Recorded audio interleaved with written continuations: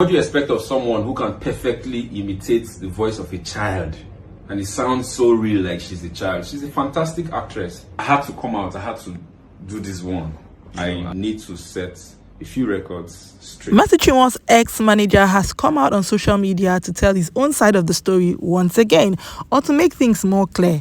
You guys know that yesterday a publication was put out where he said his own side of the story after Master Chinwo took to social media also hours before that to cry and accuse him of being toxic to her while she was in the record label, and accuse him of trying to destroy her and setting up bloggers, to try to destroy her career.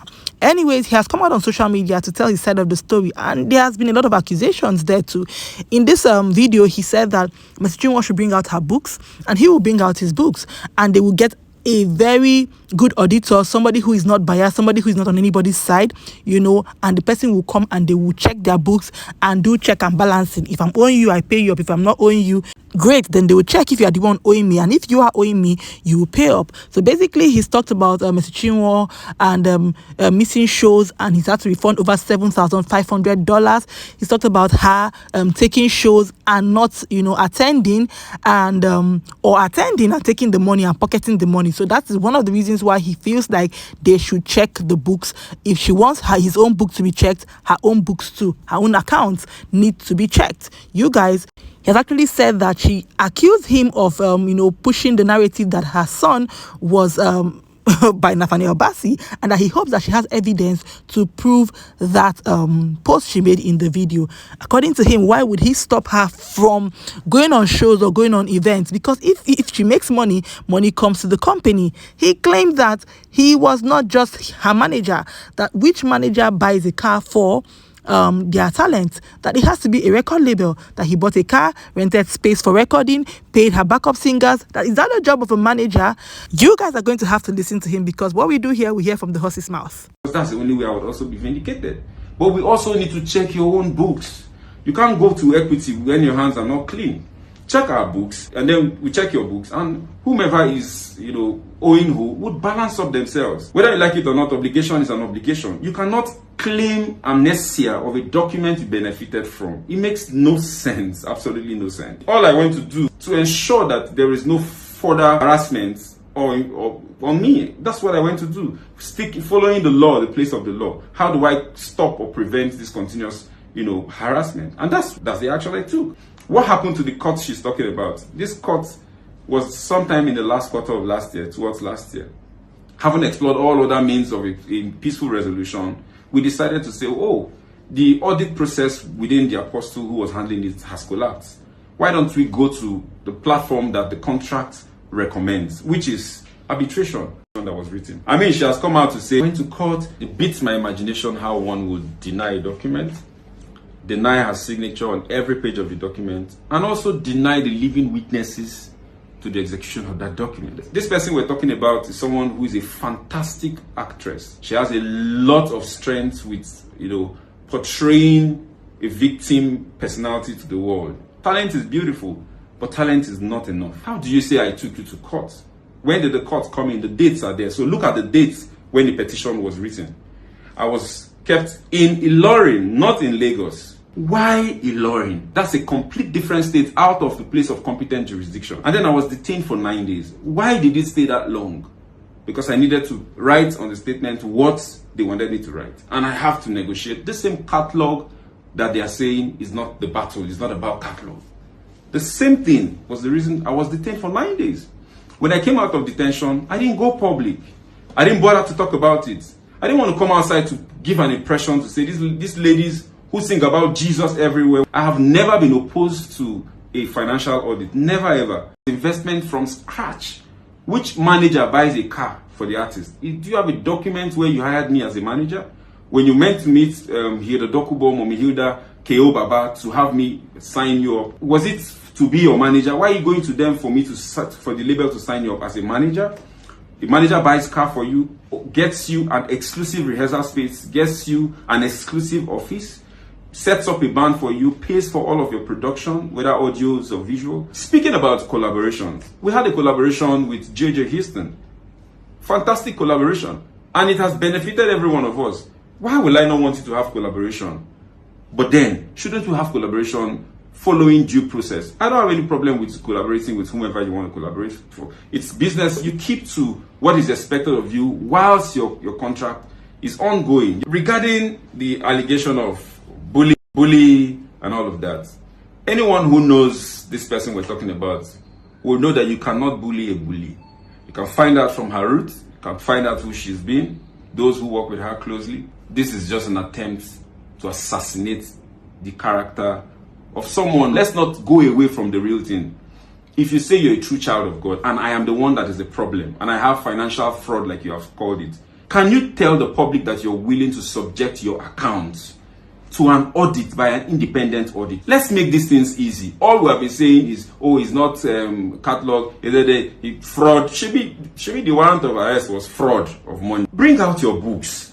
We are willing to bring out our books. On the other artist, she said we refuse to comply to audit. The audit they carried out was based on the documents we made available.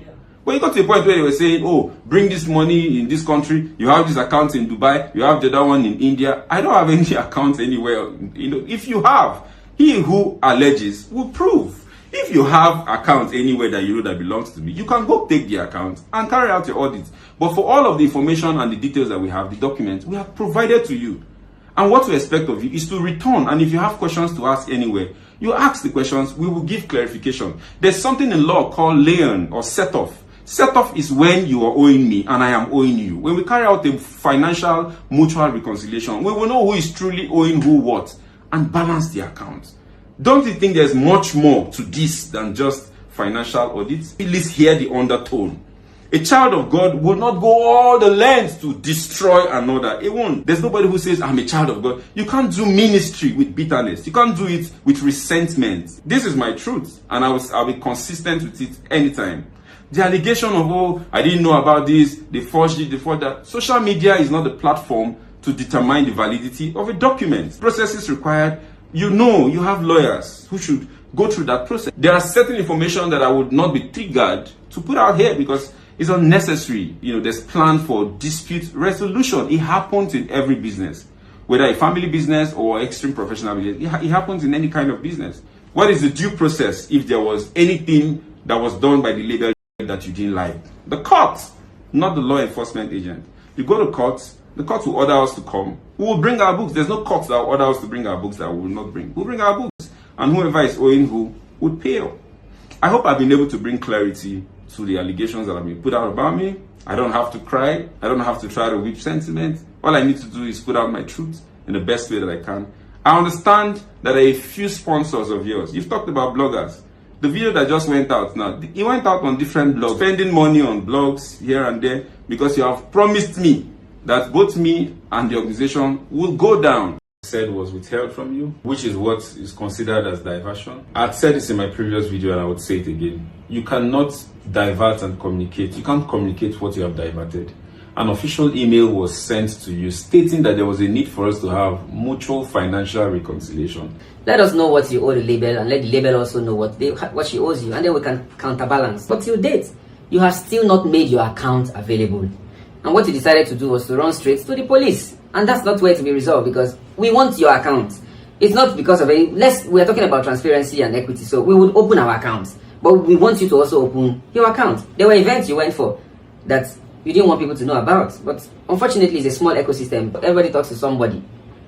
Ivory Coast, Cameroon. Some of those meetings were not declared. They weren't talked about. There's a church in the Enugu called Census Church that we had received an event on your behalf. And we had communicated to you, including both the monies and the event. You didn't attend the event. It was a serious challenge. The pastor was very angry, disappointment, bringing disrepute to the organization. And the same thing happened to an event in Zambia. $7,500 was paid as deposit for you to be in that event. You decided not to go. We had to refund that. This is an evidence of the refund. With all of these things that had happened, there was a need for us to have a sit-down talk and not an oppressive or intimidating approach to resolving it. And that's where it's still going to end. There will be a need for you to open up your books and let us open our books so we can have a mutual and fantastic end. It beats my imagination that in all of this, as sensitive as a case of a paternity saga, that's what you want to use to put false allegation on my head. I hope you have enough evidence to prove that allegation that you have made, because it is totally disappointing. It's heartbreaking that you can go to this extent to tarnish the credibility or tarnish the image of someone. You had promised that you will destroy my reputation and the organization. Well done. When you're done achieving it, I hope you get a crown in heaven. The first point I'm going to hit before we get into the other points in this video is, from the look of things, everybody needs to open their book at this point. Mr. Chinwo will open her book, Eezeetee will open his book, and if the both of them don't want to open their books, then everybody should go and rest. At this point, everybody should go and rest, because Eezeetee is accusing Mr. Chinwo of almost the same thing that she's accusing him of. She's saying that he bullied, or he has threatened her, that I'm going to destroy you. And Eezeetee is saying almost the same words: I'm going to deal with you, I'm going to destroy you. And so who are we going to believe now? If one person is saying he says he's going to destroy me, the other person says, that means these people have been having quarrel back and forth for years. And now it's on social media, everybody wants to win this battle. And I said in my other video that when lawyers are involved, it gets messy, it gets dirty. No lawyer wants to lose. So you guys know that these people are getting pushed from everywhere. And I hope that they're getting pushed to come out and watch dirty linens in public. Somebody is telling them it is totally not worth it. Anyways, back to another point. He's claiming that the reason why they have not paid royalties is because he wants them to check and balance. If I understood him well, that when she was in the label, there were some shows that she went for, events she went for, and she did not account for them.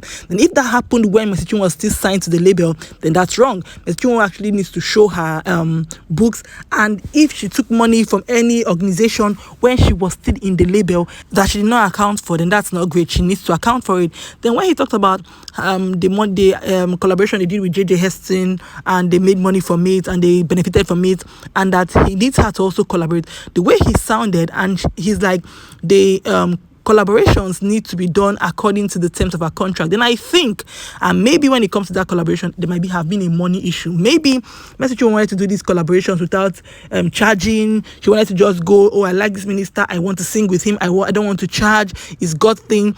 And now he's saying, no, since you are under a label that has been taking care of you, if you want to collaborate with a particular artist, they would have to pay you. And they don't want to pay you, then you might not be able to sing or collaborate with them. I'm just thinking that that's the way he sounded from what he was saying. And you guys heard him say that he hopes that she has enough evidence to prove that he was the one that sponsored bloggers to push the narrative that the child looked like Nathaniel Bassey. You guys, it's just really messed up at this point. He claimed that, as Eezeetee claimed, that he met a lot of big pastors and men of God, and they tried to, or they did not intervene the way he wanted them to intervene, and people were now saying, oh, he's going about meeting pastors because he's scared, and if his hands were clean, why is he going about looking for intervention? It's just a whole messed up situation. Let me know what your thoughts are, guys, in the comment section with what Eezeetee has said. Do you think that they should bring out their books and check their books? If I cheat you, you check. If you cheat me, I check, I find out. Or if you're not going to bring out book, check them. Everybody, hold your peace. Hold it at this point, because he's saying that it's still about catalog, even though Mr. Chinwo's party is not saying point blank that any of this thing has to do with getting ownership of the catalog. I want to know what your thoughts are, guys, in the comment section. What do you think about Mr. Eezeetee's response? What do you think about Mr. Chinwo's response yesterday? People are saying that one person is more emotional than the other. One person, he even said that it's not about crying, it's not about tears, because she's a very good actress and she can put up a front and make the public believe her. It is messed up. One thing I know about this is that it is very messed up. I don't know how messy it's going to get, but if they don't stop now, it's going to get more messy than it has gotten. But one thing he keeps on saying is that he's open for resolution. I hope that they actually resolve this. Let me know what your thoughts are, guys, in the comment section. It's The Real Show. Thank you guys for watching. Like, share, and subscribe. You all know how we do it. I'll see you in my next video. Bye.